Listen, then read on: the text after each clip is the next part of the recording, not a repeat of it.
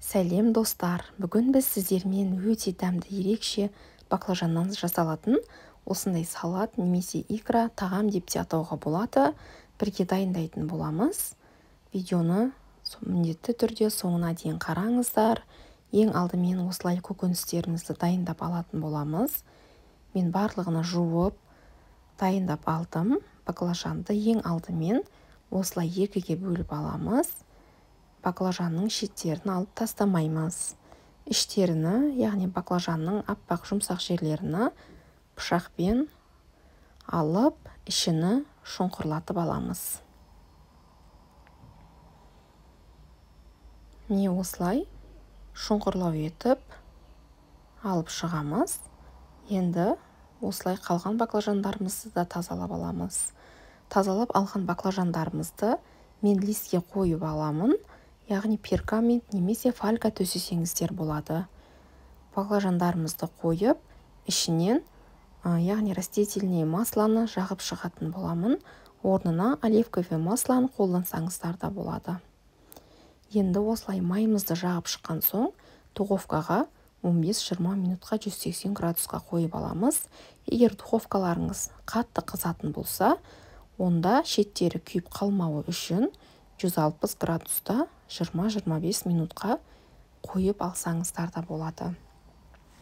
Енді біз ішіндегі салмаларын дайындап аламыз. Баклажанның алып тастаған жерлерін осылай майда кубик етіп турап шығатын боламыз.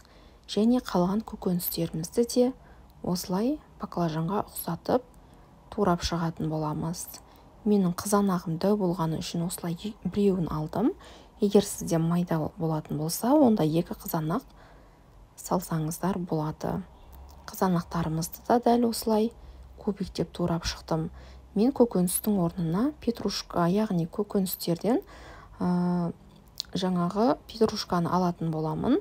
Сіздер орнына кинза немесе укроп салсаңыздар болады. Пиязымызды да майдалап турап алатын боламыз. Яғни кубиктеп етіп, бір пияз жеткілікті осылай орташа. Және мен чеснокты майдалап алатын боламын. Яғни 3 бөлігіні немесе 4 бөлігіні салсаңыздар да болады.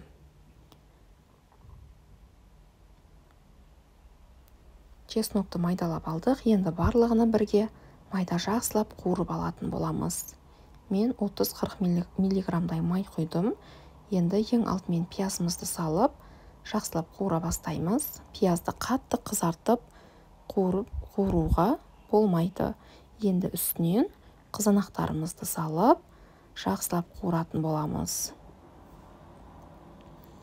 Өздеріңіздің жаңағы дәмдеріңізге қарай тұз салсаңыздар болады. Немесе паприка салсаңыздар болады. Мен ең алдымен тек қана тұздың өзін салып алдым. Енді тағы да жақсылап қуырамыз. Осылай қуырылған соң үстінен баклажандарымызды салып,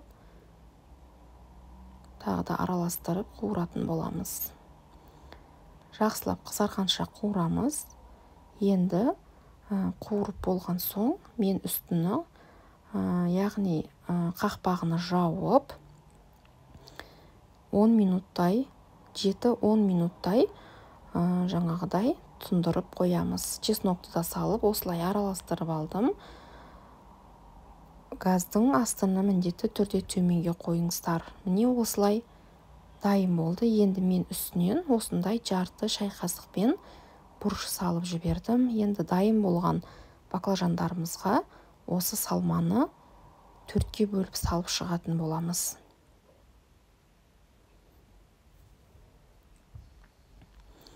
Егер сіздер ащы болуын қаласаңыздар, онда ащы қызыл бұрыш немесе кәдімгі свежий бұрыштарды турап жіберсеңіздер болады. Мен үстіне осылай петрушканың жапырақтарını қойып шықтым. Сіздер турап немесе укроп немесе кинзаны салып жіберсеңіздер болады. Енді үстінен осындай сырды, яғни моцарелла сырды осылай қойып шығамыз. Барлығына қойып болған соң тағы да духовкаға 10 минутқа жібереміз. Міне біздің баклажандарымыз дайын болды достар. Міндетті түрде жасап көріңіздер. Өте дәмді болып шығады. Дәмі ауызда қалатын, жазға ең жақсы, ең дәмді, ең жеңіл тамақтарының бірі сіздерге ас болсын.